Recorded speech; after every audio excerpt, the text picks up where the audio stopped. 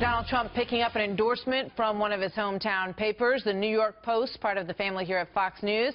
But the Post editorial board admitting that they say the candidate is not perfect. Quote, should he win the nomination, we expect Trump to pivot, not just on the issues, but in his manner. The Post pivot Trump needs to be more presidential, better informed on policy, more self-disciplined, and less thin-skinned. Let's talk to Jeff DeWit, Trump's Arizona campaign chairman and the state treasurer for Arizona. Jeff, welcome back to the program. Good to have you here. Thanks, Martha. Thanks for having me. So can he make that pivot? He appears to be showing signs of trying to at this point. Yeah, there's no question. He's learning as he goes to, and, you know, he's never run for office before. And most politicians, and when you look at the people he's running against, they've been politicians for a long time. They have consultants that train them on media, that give them talking points, that actually poll the right phrases to use so that, you know, polling will say free markets instead of capitalism. And they have every little phrase, they have every little nuance already down.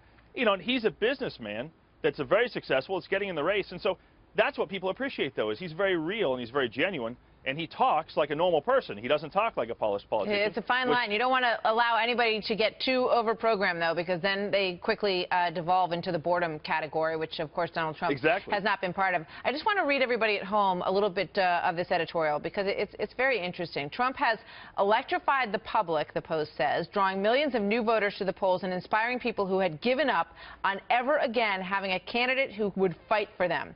That is the work of the Donald Trump we know, a New Yorker born and bred, a plain-talking entrepreneur with outer borough common sense sensibilities. But take a look at this poll that also came out yesterday, Jeff, because I want to get your thoughts on this, because it goes to the issue of temperament. Now, it doesn't address how much temperament actually matters to voters right now, but according to this, Donald Trump doesn't have it. He's at 33%, the bottom of the barrel. Do you think that's going to be an impediment to him to get the nomination?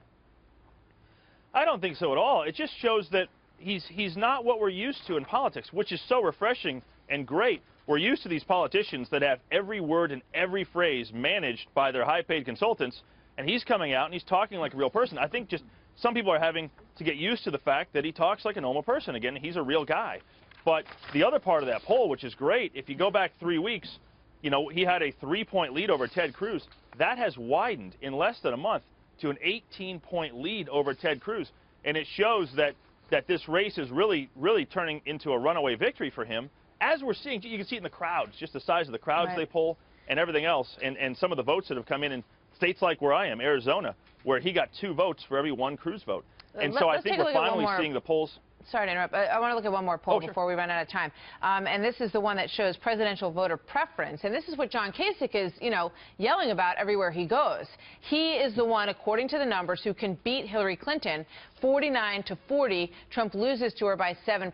And now let's scroll forward. Who has the best chance of beating Clinton, though? When the question is asked differently, people say Trump at 42%, but he's got work to do. He's got work to do with women in a big way when you look at how he polls with women. And when you look at the unfavorable numbers, there's a lot of work to be done for this candidate. Well, John Kasich, and the polls show, too, you know, he's a very liberal to moderate Republican, and he doesn't do well in a Republican primary for those. He's basically the North Korean missile, the Republican primary. He's not going to get off the ground, and he can't mathematically win, so he really needs to get out of the race.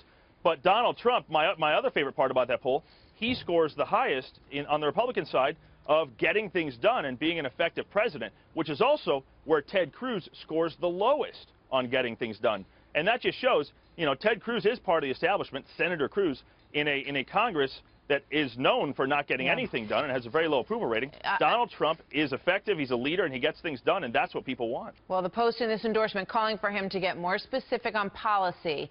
So that's something he's going to have to do. He's going to have to, if he's going to go up against Hillary Clinton, he's going to have to know what they're talking about when these questions are asked, and he's going to have to do that in a way that doesn't lose all of the things that are perceived as such good stuff in terms of being fresh and being someone who gets stuff done.